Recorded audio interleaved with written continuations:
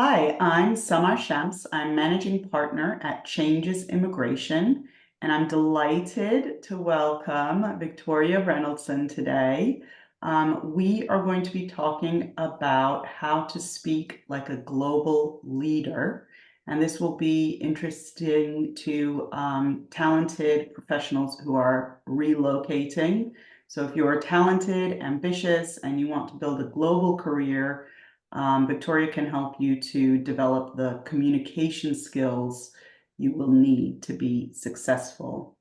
Victoria, would you like to introduce yourself? Thank you. Thank you, Samar. And great to join you here today.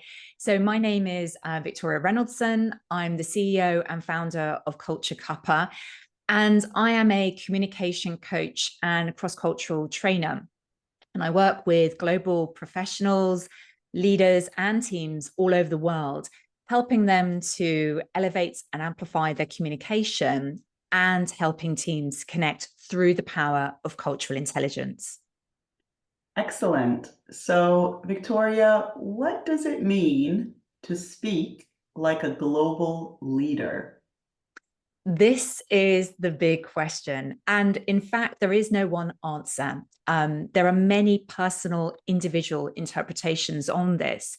So, for some people, this is about speaking clearly and concisely their ideas, their vision, so people really get it. For others, it's much more about how they inspire and motivate their teams, the people that they work with, and influence them to action.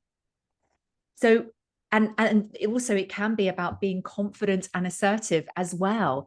But whatever the interpretation is, I think the common theme that goes through it is it's often about presence.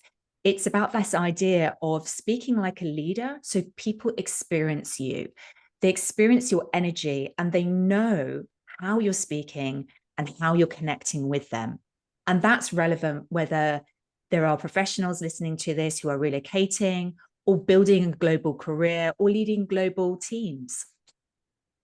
That's really interesting. I love that it's about the person's energy. Ultimately, it comes down to authenticity, doesn't it? Yeah. And I think it's, choosing as well the kind of energy you want to bring to your communication. And that is something that is natural to us. And also, we can choose to turn the volume up and down to change slightly the energy we bring. So, this idea of speaking like a leader includes how we project ourselves and how we show up. Yeah, that's so important. I think we often get caught up in grammar, and that can affect our confidence. But Mm. really, people are quite forgiving about that kind of thing, and the energy is so much more important at times. For sure, for sure. I mean, I'm a great believer in what you say is, of course, important. However, it is much more about how you're saying things through your presence, the confidence that you're projecting, your voice and what you do with your voice, and even in your nonverbal communication. So, your body language, hand gestures, and so on. Interesting. Okay, so what have you identified as some of the challenges that people tend to have with speaking at this level? For sure. And that so I think the first thing I want to say is that for some global professionals, when they hear about these ideas and they think about speaking like a leader, there are feelings around, well, that's something that is hard for me to achieve. Maybe they believe that they see leaders around the business that they're working in or leaders they worked with in the past, and they feel like they've always been able to speak in this way, to communicate in this way. It was a talent they were born with. And that just isn't true for the vast majority of people. For sure, there are people who are naturally able to speak well. However, most people work at it. And that's what it's about, developing your skill sets, believing in yourself, having the mindset and the energetic piece to really develop these skills. So most people are on a journey with it. And the other thing that's really important with this is that it's not just something you switch on one day and it's on permanently. There will be ups and downs on that journey. There'll be good days and there'll be bad days. And that's totally natural and fine. So that's the first message that I really feel is so important for people to hear. The second part of this challenge is that people often think you have to be quite loud and extrovert to speak like a leader. And again, that just isn't true. There are many examples of leaders who actually are naturally more introvert or have a quieter speaking style. So it's really about developing and fine-tuning your own personal style, back to your authenticity piece, finding the way that it works for you, but also knowing that you will do it in a way that really connects with people. So these are some of the challenges, and that's really important part of the mindset set to really help people realize that they can achieve this too. Fantastic. And how do you support people to develop their communication skills? Well, I work with people in a particular program called Global Leader Communication, and it focuses on the 4 key pillars around developing these skills. Confidence is the first pillar, for sure. You've heard me talk about that today, but it's finding your version of confidence. What does that look like to you? And how do you feel confident even when you feel uncomfortable? The second pillar is about clarity, being able to express your ideas clearly and concisely.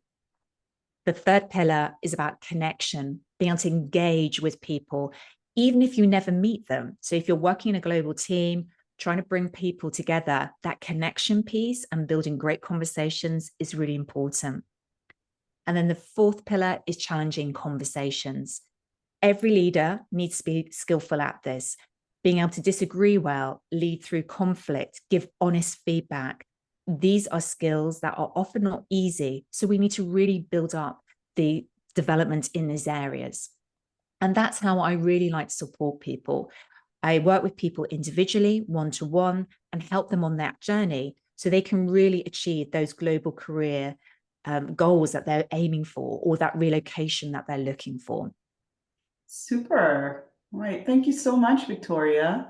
If anybody out there would like to get in touch with me, my email address is samar.shams@changesimmigration. We can help with UK immigration issues. Victoria, how should people get in touch with you? Thank you. Well, if anybody has really resonated with what I'm speaking about today, would like to find out more, please feel free to find me on LinkedIn. So you can follow me, connect with me, message me if you have questions. And I'd also like to share that I host a podcast, which I release an episode every Monday. I've released that on LinkedIn, so you can find that there, or just go to culturecuppa.com/podcast. And from there, you'll find all the episodes. We're up to episode number 80. So there's plenty there for you to discover and explore. Wonderful. Well, thank you so much, Victoria. It was lovely catching up with you and learning more about Culture Kappa. Well, thank you so much. It's been an absolute pleasure to join you today. Thanks, Samar. Thanks.